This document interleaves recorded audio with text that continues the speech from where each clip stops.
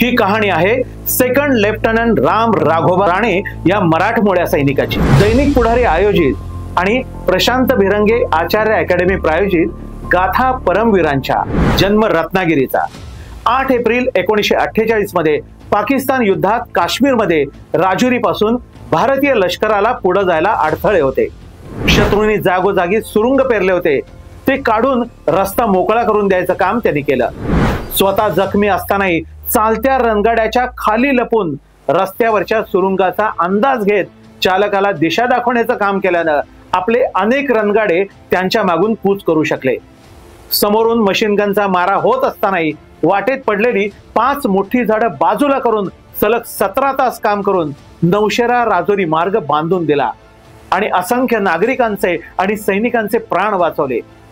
राणे यांच्या या शूर कामगिरीबद्दल परमवीर चक्र हा सर्वोच्च लष्करी बहुमान त्यांना दिला गेला। अशा या परमवीर चक्र विजेत्या वीराला आमचा मानाचा मुजरा।